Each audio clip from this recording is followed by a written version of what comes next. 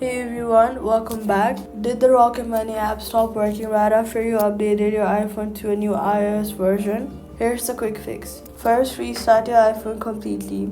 Hold the side button and the volume down at the same time. Slide to power off, wait 30 seconds. Then turn it back on. iOS updates create temporary conflicts with the apps, and a full restart clears most of these right away. After restarting, open the App Store and tap on your profile picture at the top right. Scroll down and look for Rocket Money in the list of available updates.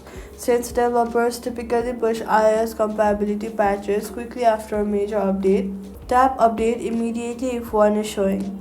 If there is no update yet and Rocket Money is still broken, go to Settings, go to General, then go to iPhone storage. Find Rocket Money to the list of apps, tap on it, and then tap Offload app. And reinstall it fresh from the App Store to get a clean build for your current iOS. So, all you've got to do is restart your iPhone, check the App Store for a Rocket Money update, offload and reinstall if needed. Rocket Money works on your new iOS, and that's it. Subscribe.